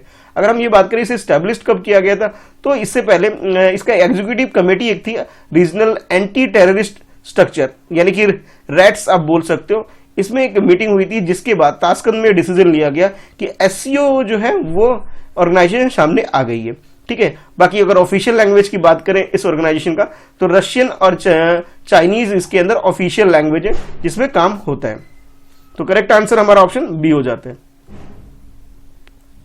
With reference to organisation for security and cooperation in Europe, Minsk group consider the following statement. इस क्वेश्चन में आपसे मिनस्क ग्रुप के बारे में पूछा जा रहा है, जो कि organization for security and cooperation Europe के अंदर एक सिक्योरिटी से रिलेटेड, कोऑपरेशन से रिलेटेड ग्रुप है, और उसके बारे में आपसे बोला जा रहा है। ये दो स्टेटमेंट है, फर्स्ट ये और इसके नीचे ये सेकंड, ये दो स्टेटमेंट आपके सामने, आपको बताना है कि करेक्ट स्टेटमेंट कौन सा है।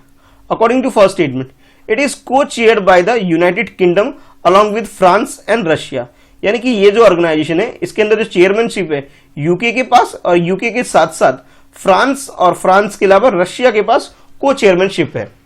अच्छा, सेकंड स्टेटमेंट की बात करें तो बोला जा रहा है it is world's largest security oriented international intergovernmental organisation, यानी कि इंटरनेशनल लेवल पर आप कह सकते हो गवर्नमेंट को अटैच करके, यानी कि इंटरनेशनल लेवल पर गवर्नमेंट की कोई ऑर्गेनाइजेशन है, उसमें ये बोला जाए वर्ल्ड लेवल पर सबसे बड़ी ऑर्गेनाइजेशन है सिक्योरिटी को ध्यान में रखते हुए। ठीक है, तो ये दो स्टेटमेंट आपके सामने, आपको बताना है कि कौन सा स्टेटमेंट करेक्ट है। ऑप्शन ए में बोला जा रहा है फर्स्ट स्टेटमेंट करेक्ट है, ऑप्शन बी में बोला जा रहा है सेकंड स्टेटमेंट करेक्ट है, और ऑप्शन सी के according both first and second दोनों ही स्टेटमेंट करेक्ट है। अगर हम बात करें ऑप्शन डी, तो इसमें बोला जा रहा है neither one not two, it means दोनों ही स्टेटमेंट गलत है। तो करेक्ट स्टेटमेंट आपके अकॉर्डिंग क्या, चलिए क्वेश्चन को अटेम्प्ट कर लीजिए। और हाँ, अगर अभी तक आपने वीडियो लाइक नहीं किया है तो वीडियो लाइक जरूर करिए। अच्छा, इस क्वेश्चन की अगर आंसर की बात करें, करेक्ट आंसर की, तो अभी आप जानते हैं कि इस टाइम अजरबैजान और अर्मीनिया के बीच में एक कन्फ्लिक्ट चल रहा है, और ये जो कन्फ्लिक्ट है नागोमो और काराबाह जो जगह है, इस जगह को लेकर के, यानी कि अगर आप वर्ल्ड मैप के अंदर इसे देखें तो ये एरिया मिडिल ईस्ट के थोड़ा ऊपर वाला जो एरिया है, जो ये वर्ल्ड मैप में अगर आप देखें तो इस एरिया में ये कन्फ्लिक्ट चल रहा है दोनों कंट्री के बीच में। अर्मेनिया और अजरबैजान है, दोनों ही पहले कभी रशिया के पार्ट हुआ करते थे, जब रशिया को यूएसएसआर बोला जाता था। ठीक है, इन दोनों कंट्री के बीच में अभी काफी कन्फ्लिक्ट चल रहा है, जिस वजह से क्वेश्चन आपके लिए न्यूज में आ जाता है, एक इंपॉर्टेंट बन जाता है, और इस एरिया में ये फाइट है, इन दोनों के बीच में एक टसल चल रही है। अब बात करते हैं अपने क्वेश्चन के अकॉर्डिंग, तो ये आपसे बोला गया कि इस ऑर्गेनाइजेशन का यानी कि आप बोल सकते हो organisation for security cooperation group in Europe की अगर हम बात करें, जो कि एक मिनिस्क ग्रुप है, इस ग्रुप की अगर चेयरमैनशिप की बात करें, इसकी चेयरमैनशिप फ्रांस, रशिया और यूएसए के बीच में है। ठीक है, ना कि यूके का इसके अंदर कोई रोल नहीं है। तो इट मीन्स आप ये बोल सकते हो कि फर्स्ट स्टेटमेंट हमारा गलत हो गया। गलत होने की वजह यह है यूएसए होना चाहिए था करेक्ट यूके की जगह पे। अच्छा, बाकी अगर सेकंड स्टेटमेंट की बात करें, जिसमें बोला जा रहा है कि इंटरनेशनल लेवल पर, वर्ल्ड लेवल पर ये largest security oriented intergovernmental organisation है, ये बात बिल्कुल करेक्ट है। यानी कि आप ये बोल सकते हो कि सेकंड स्टेटमेंट बिल्कुल करेक्ट है, फर्स्ट स्टेटमेंट गलत होने की वजह से ऑप्शन बी हमारा हो जाएगा आंसर। ठीक है, बाकी इसकी बात करें तो 1992 में से एस्टेब्लिश किया गया था, और अभी जो कन्फ्लिक्ट चल रहा है अजरबैजान अर्मेनिया के बीच में ओवर नागोर्नो और काराबाह के बीच में, इस एरिया में, इस कन्फ्लिक्ट की वजह से क्वेश्चन आपके लिए इंपॉर्टेंट है। नेक्स्ट क्वेश्चन में आपसे पूछा जा रहा है is agenda has been in the news is related to. ये जो ईज एजेंडा है ये किस चीज से रिलेटेड है, ये आपको बताना है। ऑप्शन ए के अकॉर्डिंग बैंकिंग सेक्टर से रिलेटेड है, ऑप्शन बी के अकॉर्डिंग ये वैक्सीनेशन से रिलेटेड है, और ऑप्शन सी की बात करें तो ये एक साइंटिफिक रिसर्च है ईज एजेंडा, और ऑप्शन डी में आपसे बोला जा रहा है ये एक जुडिशियल प्रोसेस है। तो आपके अकॉर्डिंग ये ईज एजेंडा है क्या चीज, ये आपको बताना है। ठीक है, चलिए क्वेश्चन को अटेम्प्ट कर लीजिए। अगर हम बात करें ईज एजेंडा की बात करें, तो हमारी कंट्री में जो बैंकिंग सेक्टर है उससे रिलेटेड ये ईज एजेंडा है। हमारी कंट्री में इस ईज एजेंडा को लाते हुए हमारी कंट्री में एम रखा गया कि जो इंस्टीट्यूशन है हमारी कंट्री के अंदर, बैंकिंग सेक्टर की मैं स्पेशली बात कर रहा हूं, उसमें क्लीन और स्मार्ट बैंकिंग हो सके। इस टारगेट को ध्यान में रखते हुए ईज एजेंडा को हमारी कंट्री में लाया गया। सबसे पहले ईज 1.0 आया, और इस रिपोर्ट के अकॉर्डिंग जब ये इसे इंप्लीमेंट किया गया तो ये देखा गया कि हमारी कंट्री में जो नॉन परफॉर्मिंग एसेट है उसको, उसकी जो प्रॉब्लम थी उसको रिजॉल्व करने में काफी सक्सेसफुल हुआ ईज एजेंडा, जिस वजह से इसे ईज एजेंडा का जो 2.0 है उसे भी लाया गया। और उसमें ये देखा गया कि ये जो 6 पॉइंट आपके सामने स्क्रीन पर है, इस 6 पॉइंट में काफी फोकस करके इसके अंदर सेकंड एजेंडा भी लाया गया। अभी रिसेंटली क्या हुआ है कि बैंकिंग सेक्टर को एक टेक्नोलॉजी बेस्ड यानी कि टेक्नोलॉजीज के साथ अच्छे से जोड़ने के लिए, और 2020-21 ये जो ईयर है फाइनेंशियल ईयर, इसे एक तरह से इसके अंदर पीएसबी वगैरह यानी कि पब्लिक सेक्टर बैंकिंग जो होते हैं उसको जोड़ने के लिए इस ईज एजेंडा का थर्ड राउंड यानी कि थर्ड एडिशन भी हमारी कंट्री में लाया गया है। तो बिल्कुल क्लियरली आप समझ गए होंगे, ये ईज एजेंडा की अगर हम बात करें तो ये हमारी कंट्री के अंदर बैंकिंग सेक्टर से रिलेटेड है। तो इट मीन्स ये हुआ कि जो करेक्ट आंसर है वो हमारा ऑप्शन ए हो जाएगा। With reference to Competition Commission of India (CCI), consider the following statements। इस क्वेश्चन में आपसे कंपटीशन कमीशन ऑफ इंडिया के बारे में पूछा जा रहा है, और उसके रिगार्डिंग में ये फर्स्ट स्टेटमेंट है, जिसमें आपसे बोला जा रहा है it is executive body responsible for prohibiting anti competition practice, यानी कि एंटी कॉम्पिटिशन प्रैक्टिस को प्रोहिबिट करने के लिए, उसे रोकने के लिए इस संस्था को बनाया गया है। सेकेंड स्टेटमेंट में आपसे बोला जा रहा है कि competition appealing tribunal is the appellant tribunal to the hear and dispose of the appeal against the CCI। CCI के अगेंस्ट में अगर कोई अपील आती है, इसके पास अगर कोई कंपटीशन से रिलेटेड कि मार्केट में अगर कोई रॉन्ग प्रैक्टिस चल रही है, अगर ठीक से कोई काम नहीं कर रहा, तो कोई भी डिस्प्यूट अगर रेज होता है तो उसके रिगार्डिंग में ट्रिब्यूनल बनाया गया जिसे बोला जा रहा है कंपटीशन अपीलेंट ट्रिब्यूनल, और जो कि इसके प्रॉब्लम को, इस जो भी इशू क्रिएट होती है उसको डिस्प्यूज करने का काम करती है। तो ये दो स्टेटमेंट आपके सामने, आपको बताना है करेक्ट स्टेटमेंट कौन सा है। According to option A first statement correct है, according to option B second statement correct है, अगर हम बात करें ऑप्शन सी, इसमें बोला जा रहा है दोनों ही स्टेटमेंट बिल्कुल करेक्ट है। और ऑप्शन डी में आपसे बोला जा रहा है neither one not two, it means ये दोनों ही स्टेटमेंट गलत है। तो करेक्ट स्टेटमेंट आपके अकॉर्डिंग क्या है, क्वेश्चन को अटेम्प्ट कर लीजिए।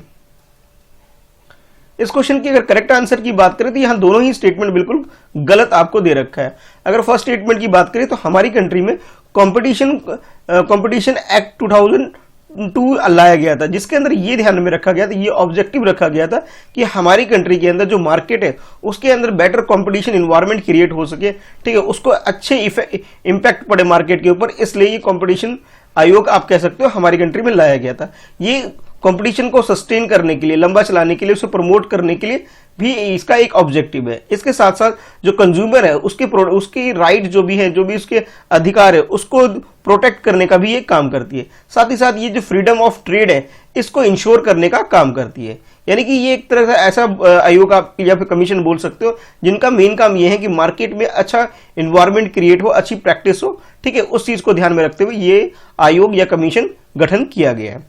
अच्छा, अब बात करते हैं कि इसके डिटेल में सेकंड स्टेटमेंट के बारे में। तो फर्स्ट स्टेटमेंट तो आप समझ गए होंगे कि इसका अपील करने का कोई काम नहीं, बल्कि ये किसी एक ऑब्जेक्टिव के थ्रू मार्केट में स्टेबल कंपटीशन बनाए रखने के लिए ये ऑर्गेनाइजेशन, ये कमीशन काम करती है। अगर हम बात करें सेकंड स्टेटमेंट की, तो जिसमें ये बोला गया कि ये डिस्प्यूट वगैरह जो अगर किसी के बीच में इसे सॉल्व करने का काम करती, नहीं, ये काम नहीं करती, बल्कि इसके लिए 2017 में national commission law appellate tribunal बनाया गया, जिसे शॉर्ट में NCLAT नाम रखा गया, जो कि इस तरह के डिस्प्यूट को सॉल्व करने का काम करती है। तो आप ये बोल सकते हो फर्स्ट स्टेटमेंट भी गलत है और सेकंड स्टेटमेंट भी गलत है। इट मींस करेक्ट आंसर हमारा ऑप्शन डी हो जाता है। Consider the following statement about saffron cultivation. इस क्वेश्चन में आपसे एक सैफून कल्टीवेशन के बारे में पूछा जाए। सैफून यानी कि जिसे भगवा भी हम कहते हैं, यानी कि आप कह सकते हो भगवा खेती या फिर सैफून कल्टीवेशन के बारे में आपसे पूछा जा रहा है। इधर आपके पास ये फर्स्ट स्टेटमेंट है, उसके बाद ये सेकंड स्टेटमेंट है, और आपसे बोला जा रहा है कि बताइए करेक्ट स्टेटमेंट क्या है। ऑप्शन ए के फर्स्ट स्टेटमेंट के अकॉर्डिंग पहले बात करते हैं, जिसमें आपसे बोला जा रहा है saffron in India is cultivated in the state of Jammu and Kashmir, Sikkim और मेघालय। यानी कि हमारी कंट्री में जम्मू कश्मीर, सिक्किम और मेघालय में इसकी खेती होती है, ऐसा फर्स्ट स्टेटमेंट में बोला जा रहा है। सेकंड स्टेटमेंट बोला जा रहा है recently Kashmir saffron has got the GI tag. GI यानी कि ज्योग्राफिकल इंडिकेशन टैग अभी रिसेंटली कश्मीर सैफून को दिया गया है। ये सेकंड स्टेटमेंट में आपसे बोला जा रहा है। और आपके पास जो ऑप्शन है कुछ इस तरह से, ऑप्शन ए के अकॉर्डिंग फर्स्ट स्टेटमेंट करेक्ट है, ऑप्शन बी के अकॉर्डिंग सेकंड स्टेटमेंट करेक्ट है। अगर हम बात करें ऑप्शन सी, जिसमें आपसे बोला गया दोनों ही स्टेटमेंट बिल्कुल करेक्ट दे रखे हैं। अगर हम बात करें ऑप्शन डी, इसमें आपसे बोला जा रहा है neither one not two, it means ये दोनों ही स्टेटमेंट गलत है। तो आपके अकॉर्डिंग करेक्ट स्टेटमेंट क्या है, अपना ऑप्शन चूज करिए। तो इस क्वेश्चन के करेक्ट आंसर की बात करें, यानी सैफून, जो कि आप पिक्चर देख सकते हैं सैफून का, सैफून की ये जो आपको दिख रहा है ये इसको यूज किया जाता है, इस पार्ट को यूज किया जाता है फ्लावर को, ठीक है, और इसी चीज को फिर आगे सेल किया जाता है। यानी कि ये काफी इंपॉर्टेंट प्रोडक्ट है हमारी कंट्री के अंदर। अगर हम बात करें इसकी कल्टीवेशन की, तो इसका कल्टीवेशन JNK जो कि अब यूनियन टेरिटरी बन गया है, वहां पर इसकी खेती की जाती है। और ऐसा माना जाता है कि फर्स्ट सेंचुरी में इसे लाया गया था सेंट्रल एशिया के, यानी कि सेंट्रल एशिया की जितनी कंट्री है वहां पे इसकी खेती ज्यादा होती है, और वहां से हमारी कंट्री यानी कि कश्मीर के अंदर भी इस चीज की खेती या कल्टीवेशन किया जाने लग गया। तो आप ये बोल सकते हो फर्स्ट स्टेटमेंट गलत है। यानी कि गलत होने की वजह ये है कि जो अदर देन JNK है, JNK के अलावा जो बाकी स्टेट आपको दे रखा था कि मेघालय, सिक्किम वगैरह के बारे में बात की जा रही थी, वो गलत है। यानी कि आप कह सकते हो सिर्फ कश्मीर के अंदर ही इसकी कल्टीवेशन या खेती की जाती है। फर्स्ट स्टेटमेंट गलत हो गया। सेकंड स्टेटमेंट की बात करें तो इसके बारे में आपसे बोला गया कि कश्मीर के अंदर जो सैफून है, यानी कि जो उसका प्रोडक्शन होता है, एक तरह से आप बोल सकते हो, वहां पर आप इसके बारे में आपसे बोला जा रहा था कि वहां जो भी सैफून उगाया जाता है उसे एक ज्योग्राफिकल इंडिकेशन टैग दिया गया है। ज्योग्राफिकल इंडिकेशन टैग का मतलब होता है किसी भी लोकल प्रोडक्ट को एक प्रमोट करने के लिए उसको एक तरह से कॉपीराइट टाइप का एक दे दिया जाता है, ताकि इस तरह की चीज कोई और दूसरी जगह अगर यूज कोई करता है तो इस तरह का जो भी जिस पर्टिकुलर एरिया को GI टैग दिया गया है उसको एक स्पेशल आइडेंटिफिकेशन के लिए दिया जाता है, ताकि उसके बिजनेस को, उस एरिया को प्रमोट किया जा सके। ठीक है, तो आप ये बोल सकते हो सेकंड स्टेटमेंट तो करेक्ट है, फर्स्ट स्टेटमेंट में गलती थी। तो करेक्ट आंसर हमारा ऑप्शन बी हो जाता है। बाकी आपको ये पता हो जाए ये यांगयांग विलेज है ये सिक्किम में, वहां पे भी इस तरह की चीजें, मतलब कह सकते हो थोड़ा बहुत सैफून उगाया जाता है, लेकिन मेनली जो हम बात करें कश्मीर में सबसे ज्यादा उगाया जाता है। और कश्मीर के अंदर जो पेम्पोर रीजन है उस रीजन में, ठीक है, ये सैफून सबसे ज्यादा उगाया जाता है, जिस एरिया को ये जीआई टैग दिया गया है। With reference to the Dharchula region consider the following statement. इस क्वेश्चन में आपसे धारचालू रीजन के बारे में पूछा जा रहा है और उसके रिगार्डिंग में ये फर्स्ट स्टेटमेंट है। According to first statement the region is prone to earthquake of micro and moderate magnitude, यानी कि इस रीजन में सबसे ज्यादा आप कह सकते हो अर्थक्वेक आता है, जो कि आप बोल सकते हो माइक्रो लेवल का, माइक्रो के साथ मॉडरेट लेवल मैग्नीट्यूड लेवल तक का अर्थक्वेक इस रीजन में आता है। धारचूला के बारे में बात की जा रही है। सेकंड स्टेटमेंट में अगर बोले तो इसमें आपसे बोला जा रहा है the region is located in the peninsular Indian, यानी कि आप कह सकते इंडिया का जो प्रायद्वीपीय क्षेत्र है इस क्षेत्र में इस रीजन का लोकेशन है। यानी कि सेकंड में आपको लोकेशन के बारे में बोला गया, फर्स्ट में आपको इस जगह के बारे में बताया गया, इसके फीचर के बारे में बताया गया कि यहाँ अर्थक्वेक रीजन है, माइक्रो एंड मॉडरेट लेवल तक का, मैग्नीट्यूड लेवल तक का इस रीजन में अर्थक्वेक आता है। तो ये दो स्टेटमेंट है धारचूला के बारे में। धारचूला रीजन को ध्यान में रखते हुए आपको बताना है कि करेक्ट स्टेटमेंट क्या है। ऑप्शन ए के अकॉर्डिंग फर्स्ट स्टेटमेंट करेक्ट है, ऑप्शन बी के अकॉर्डिंग सेकंड, फिर अगर बात करें ऑप्शन सी, इसमें आपसे बोला जा रहा है दोनों फर्स्ट और सेकंड दोनों ही स्टेटमेंट करेक्ट है, और ऑप्शन डी में आपसे बोला जा रहा है neither one not two, it means ये दोनों ही स्टेटमेंट गलत है। तो धारचूला रीजन को ध्यान में रखते हुए क्वेश्चन को अटेम्प्ट करिए। धारचूला की बात करें, अगर इसकी लोकेशन की बात करें तो हमारी कंट्री में जो उत्तराखंड एरिया है, ठीक है, उत्तराखंड वाला जो एरिया है जो कि नेपाल के साथ साथ आप बोल सकते हो अटैच है नेपाल के साथ, और इधर चाइना के साथ जो अटैच्ड है उत्तराखंड रीजन स्टेट जो आप कह सकते हो, उस रीजन के अंदर ये धारचूला की लोकेशन है। ठीक है, यानी कि जैसे आपसे बोला गया सेकंड स्टेटमेंट में कि ये जो एरिया है यानी कि धारचूला की बात करें इंडियन पेनिसुला के अंदर आता है। हाँ, ये बात बिल्कुल करेक्ट है। अगर हम बात करें कि भाई ये एरिया क्यों इतना पॉपुलर है, क्यों फेमस है, क्या रीजन है इसकी वजह, तो जैसे आपसे बोला गया कि इस रीजन में अर्थक्वेक ज्यादा आता है, यानी कि माइक्रो लेवल का और मॉडरेट लेवल का अर्थक्वेक आने की वजह से ये रीजन ज्यादा पॉपुलर है। तो आप ये बोल सकते हो दोनों ही स्टेटमेंट बिल्कुल करेक्ट है। यानी कि आप ये बोल सकते हो धारचूला रीजन की अगर हम बात करें इसे सेंट्रल सिस्मिक गैप रीजन भी बोला जाता है। और अभी रिसेंटली क्या हुआ है, जो साइंटिस्ट है Wadhwa institute of Himalayan geology, उस इंस्टीट्यूट के लोगों ने, साइंटिस्ट ने ये इंफॉर्मेशन दी है कि ये जो एरिया है यहाँ पे माइक्रो और मॉडरेट मैग्नीट्यूड लेवल तक का अर्थक्वेक आता है। तो आप ये बोल सकते हो फर्स्ट स्टेटमेंट हमारा करेक्ट है। सेकंड स्टेटमेंट की बात की जा रही थी, इसमें भी आप समझ सकते हो कि उत्तराखंड के अंदर आ गया, हमारी कंट्री के अंदर ये एरिया आ गया, और इस वजह से आप कह सकते हो इंडियन पेनिसुला को ये कवर करता है। तो दोनों स्टेटमेंट करेक्ट होने की वजह से आंसर हमारा सी हो गया। बाकी कुछ और फैक्ट आपको पता होना चाहिए, जैसे आप लोग जानते हैं कि कैलाश मानसरोवर यात्रा जो होती है, उस यात्रा में इस रीजन से ही रास्ता क्रॉस करके हम चाइना वाले एरिया में जाते हैं हमारे श्रद्धालु वगैरह। यानी कि आप ये कह सकते हो कि उत्तराखंड का जो लीपू लेक है, लीपू लेक है वो चाइना को कनेक्ट करता है। धारचूला और लीपू लेक जो चाइना के अंदर है, इन दोनों एरिया को कनेक्ट करता है ये एरिया, जिसके थ्रू ही यात्रा वगैरह, वो जो होली यात्रा मानसरोवर जाने के लिए जो इस्तेमाल की जाती है, वो इसी यात्रा से लोग जाते हैं। तो आप कह सकते हो करेक्ट आंसर आपका सी हो गया। इस क्वेश्चन में आपसे नेशनल एजुकेशन पॉलिसी, जो कि अभी लेटेस्ट पॉलिसी है हमारी कंट्री में 2020, उसके बारे में क्वेश्चन पूछा जा रहा है। और क्वेश्चन कुछ इस तरह से है, with reference to the recommendation of National Education Policy 2020 consider following statement. यानी कि एनईपी के बारे में बोला जा रहा है। एनईपी के बारे में जो रिकमेंडेशन आई है नेशनल एजुकेशन पॉलिसी, उसके रिगार्डिंग में ये फर्स्ट स्टेटमेंट है और नीचे सेकंड स्टेटमेंट है। दोनों स्टेटमेंट में से आपको करेक्ट स्टेटमेंट आइडेंटिफाई करना है। According to first statement, vocational education shall be start from class 10th with the internship. आपसे बोला जा रहा है कि अब वोकेशनल एजुकेशन को भी हमारे सिलेबस का पार्ट रखा जाएगा स्कूल एजुकेशन सिस्टम के अंदर, और क्लास 10th ऑनवर्ड इस चीज को ऐड किया जा रहा है in the recommendation of NEP 2020।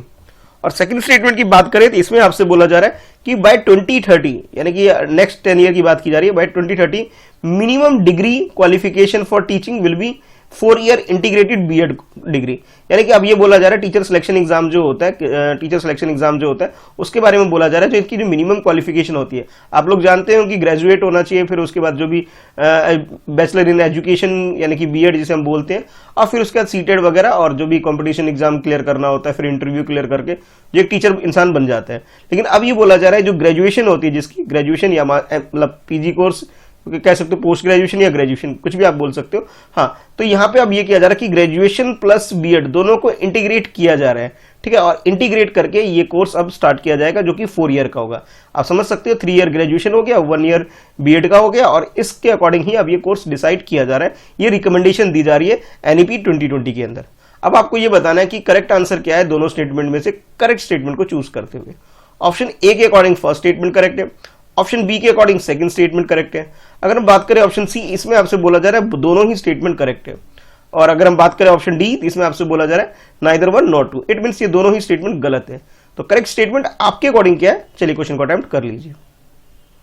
अभी जो नेशनल एजुकेशन पॉलिसी हमारी कंट्री में आई है उसके अंदर बहुत सारी रिकमेंडेशन है। उनमें से एक रिकमेंडेशन ये है कि हमारी कंट्री में वोकेशनल एजुकेशन के ऊपर फोकस किया जा रहा है और ये बोला जा रहा है कि क्लास 6 ऑनवर्ड वोकेशनल एजुकेशन को सिलेबस का पार्ट बनाया जाएगा, जबकि स्टेटमेंट 1 में आपसे बोला गया था कि क्लास 10th ऑनवर्ड इसे वोकेशनल एजुकेशन का पार्ट बनाया जाएगा। तो आप समझ सकते हो कि फर्स्ट स्टेटमेंट आपका गलत हो गया। गलत होने की वजह यही है कि क्लास 6 ऑनवर्ड ये रिकमेंडेशन दी जा रही है कि वोकेशनल एजुकेशन हमारे सिलेबस का पार्ट होगा और इसके अंदर इंटर्नशिप भी रखी जाएगी। ठीक है, अच्छा बाकी अगर हम बात करें टीचर सिलेक्शन एग्जाम या फिर टीचर की जो मिनिमम क्वालिफिकेशन के ऊपर बात करें तो इसमें अब ये जो बात बोली गई आपको कि 2030 तक ये ध्यान में रखा गया जो मिनिमम डिग्री क्वालिफिकेशन जो होगी यानी कि बीएड जिसे हम बोलते हैं, अब वो इंटीग्रेटेड कोर्स होगा 4 ईयर का जिसमें ग्रेजुएशन भी इंक्लूड किया जाएगा। हाँ ये बात बिल्कुल करेक्ट है, बहुत सारी यूनिवर्सिटी आज भी इस तरह की प्रैक्टिस कर रहे हैं। बीएलएड जो कोर्स होता है जिसके अंदर इसी तरह का पैटर्न फॉलो किया भी जा रहा है कुछ यूनिवर्सिटी के द्वारा। ठीक है, तो सेकंड स्टेटमेंट हमारा बिल्कुल करेक्ट है। फर्स्ट स्टेटमेंट गलत ये इस वजह से कि क्लास 6 ऑनवर्ड वोकेशनल एजुकेशन को प्रमोट किया जा रहा है। बाकी बहुत सारी रिकमेंडेशन है, कुछ और भी है जिसमें 10th और 12th का जो बोर्ड एग्जाम है उसे थोड़ा सिंप्लीफाई किया जा रहा है, ये भी फोकस रखा गया है। और मेनली जो मेन चीज है जो इंपॉर्टेंट है जो आपको मालूम होना चाहिए कि अब ये ध्यान में रखा जा रहा है कि जब ये पॉलिसी इंप्लीमेंट हो जाएगी तब से ये टारगेट रखा जा रहा है कि क्लास 5 तक के जो स्टूडेंट हैं यानी ग्रेड 5 तक को उनको उसकी मदर टंग में या फिर रीजनल लैंग्वेज जो भी है उस लैंग्वेज में एजुकेशन प्रोवाइड की जाएगी, ये भी एक रिकमेंडेशन रखी गई है। और असेसमेंट यानी कि जो इवैल्यूएशन होता है बच्चों का उसके बारे में बोला जा रहा है 360 डिग्री इवैल्यूएशन होगा जिसके हॉलिस्टिक प्रोग्रेस कार्ड दिया जाएगा। इसका मतलब ये है कि सिर्फ एकेडमिक को फोकस ना करके अदर देन एकेडमिक यानी कि वोकेशनल कह सकते हो आप, जो अदर कोकुलर एक्टिविटी होती है उन सब चीजों को कंबाइंड किया जाएगा उसके असेसमेंट के अंदर। तो आप ये बोल सकते हो सेकंड स्टेटमेंट बिल्कुल करेक्ट है। कुछ और फैक्ट मैंने आपसे डिस्कस कर लिया इसके साथ साथ। ठीक है, चलिए अब देखते हैं नेक्स्ट क्वेश्चन। नेक्स्ट क्वेश्चन में आपसे पूछा जा रहा है कि कंसीडर द फॉलोइंग स्टेटमेंट। इसके अंदर भी आपके पास ये 2 स्टेटमेंट है और इन दोनों स्टेटमेंट में से आपको करेक्ट स्टेटमेंट चूज करना है।